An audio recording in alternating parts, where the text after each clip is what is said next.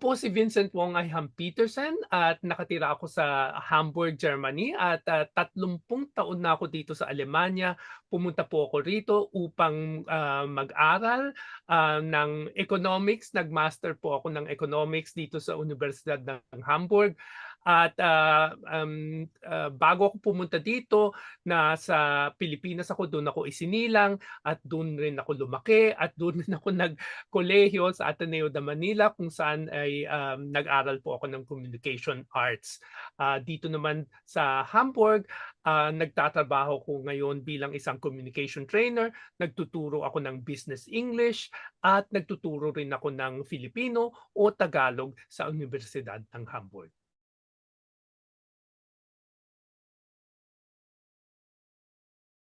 Meron pong ibang nagsasabi na humigit kumulang sa 120 pero meron rin akong nabasa na mga humigit kumulang sa 175. So marami talaga. Pero kung tutuusin ang pinakaimportante ay siyempre ang opisyal na wikang pambansang Filipino kung na base sa Tagalog. At importante rin ang Bisaya dahil marami rin pong mga nagsasalita ng Bisaya dito sa Alemanya.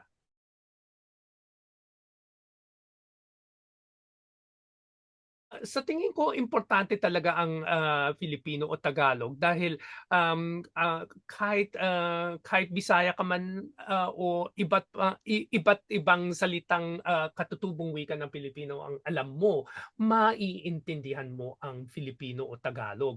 Kaya kung isa lang ang ma aaralin ninyong katutubong wika ng Pilipinas, siyempre importante ang Filipino o Tagalog. Pero importante rin ang Bisaya. Meron akong isang estudyante nag-aaral sa akin ng Tagalog at ngayon ay nasa Pilipinas, ginagawa niya ang kanyang doctorate at nasa Visayas region siya. So ang tanong niya sa akin eh, magagamit ko ba ang Tagalog ko? Pareho bang lengguwaheng Tagalog at Bisaya? Sabi ko, naku, hindi. Pero sa totoo lang, kung isa lang at mas maraming oportunidad matuto ng Tagalog kaysa sa Bisaya dito sa Alemanya. Wala akong kilalang nagtuturo ng Bisaya.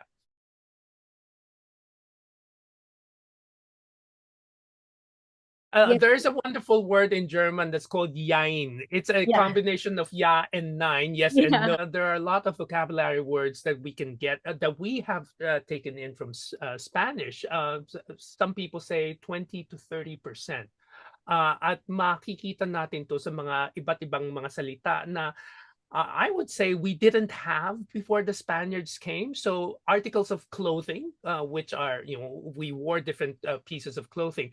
So these, medyas, sapatos, pantalon, all of these things are from Spanish. And then, of course, cutlery, kutsara, tinidor, plato, platito. And then, of course, telling time, because it's a Western concept. So, alas 12, alauna y media, all of these things. So, Spanish nga yan.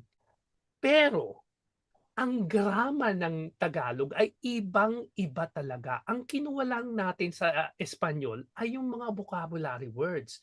Pero Hmm. how to put the sentences together, how to embed a word within the Filipino grammar. That's something that is so special about how we work with these loan words that we get from other languages. So, for example, our mag verbs. We love putting it together with nouns. So, mag-Jollibee tayo. So, from Jollibee, we make it into a verb, mag-Jollibee tayo. So, we have so many ways of changing a loan word, integrating it into our grammar within the Filipino grammar and making it our own, making it really a part of the language itself. And that's difficult because you have to learn how to do that.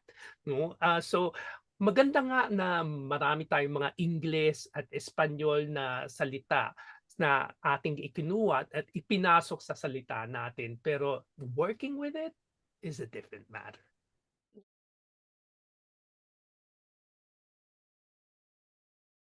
mas maganda nga talaga ang face to face sa totoo lang.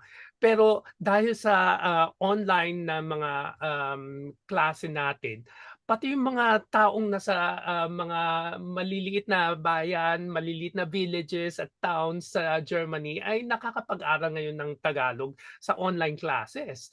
Kaya talagang, maganda po na meron pong ganitong klase ng pagtuturo ngayon na puwedeng online. Sa tingin ko naman ang maganda sa online ay maraming mga oportunidad, maraming puwedeng, panoorin na YouTube videos, maaring, gamitin ng mga diksionaryong online. So, talagang nakakatulong 'yun.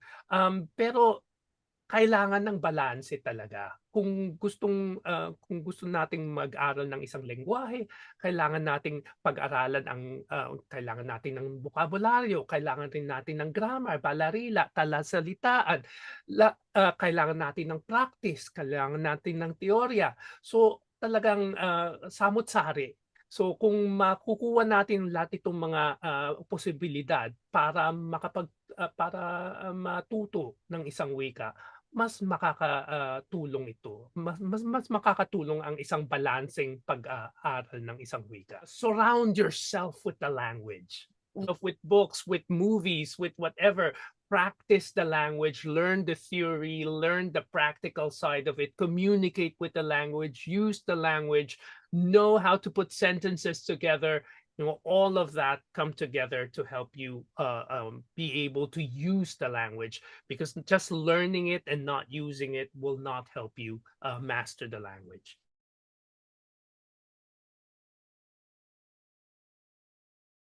Maraming dahilan. Isa na ang, importanteng dahilan is, as you know, ang daming mga, Pilipino na pumupunta rito ngayon sa Alemanya at sa Europa nga dahil sa, nangangailangan sila ng mga healthcare workers at IT specialists. At, marami pong mga Pilipino ang pumupunta ngayon na nagtatrabaho ngayon sa Europa, sa Alemanya, sa Switzerland, sa Austria. At alam po natin ang Pilipino ay matatagpuan sa iba't ibang sulok ng mundo. So talagang importante ang, makipag-ugnayan sa mga Pilipinong, imigrante at ang mga kasamahan sa trabaho at, marami ring mga estudyanteng Pilipino na pumupunta rito para mag-doctor o mag-doctorate, sa iba't ibang mga unibersidad. At hindi lamang 'yun, meron ring mga ibang, kasintahan nila ay Pilipino o na Pilipina at, ang mga second generation Filipinos na lumaki dito at, ipinanganak dito sa, Alemanya, halimbawa, ay gusto ring mag-aral ng, Filipino o Tagalog. There is, a growing demand, to learn Filipino languages here in Germany, because it's a growing population. So, kung meron tayong makilalang foreigner o dayuhan na marunong mag-Tagalog o mag-Filipino o mag-Bisaya o mag-Ilonggo, mag-Ilocano. Naku, 'di ba bigla na lang ang saya natin Yeah. dahil of course our hearts open and fly to those people who are learning the language and speaking to us in our language. Iba pa rin, 'di ba? Yeah. Tsaka you connect on them on a different level, when they're speaking your language or when you know they're trying to learn, to speak your language and to practice it with you. So, I think that's what immediately happens, when you start learning the Filipino language. Our hearts fly to you, and, we accept you even more as part of the Filipino family. First of all, get them to know that we are offering this. Dahil dati talaga mahirap makahanap ng klase, sa Tagalog o Filipino. Ngayong, ino-offer na natin 'to online, mas marami talaga ang nakakahanap ngayon ng mga kursong Filipino. So, that's what's happening. I saw that in the last 2 or 3 years nung nag-COVID tayo, biglang nag-online lahat, biglang lahat ay naghanap ng online possibilities to learn and then to think about, "Uy, Tagalog, ang tagal ko nang hinahanap ang, isang kursong Tagalog, wala akong mahanap dito, tingnan ko nga online." At ayan, biglang nagsidatingan sila.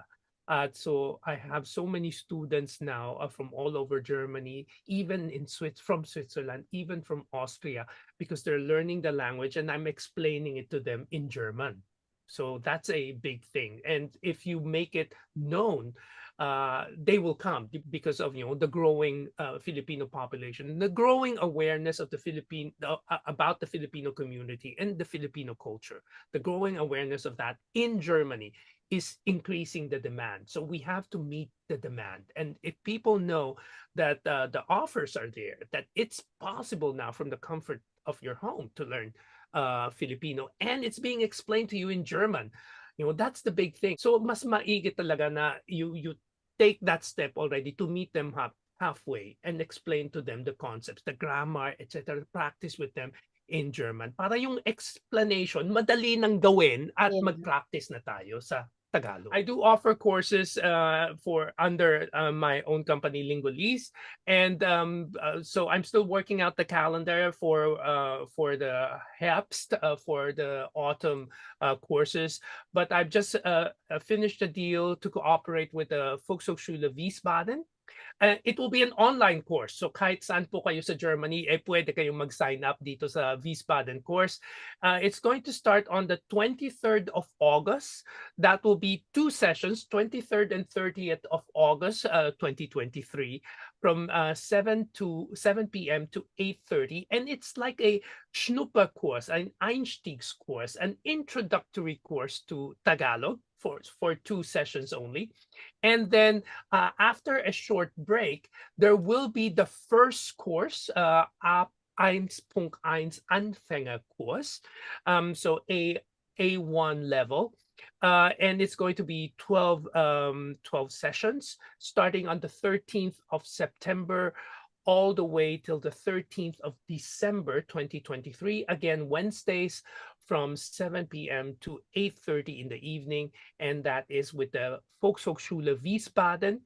Bagong-bago lang po ito. That means hindi pa po nakapost sa kanilang website, but it's going to be up soon. So if you want, just ask me and send me an email at vincent@lingolese.de, and I'll send you information as soon as I have it. Limited lang po ito dahil ang kursong ito ay up to 6 participants only. So baka mapuno ito kaagad. But kung mapuno ito kaagad, I might have to open another course for the beginner course. So please sign up or send me an email to get more information.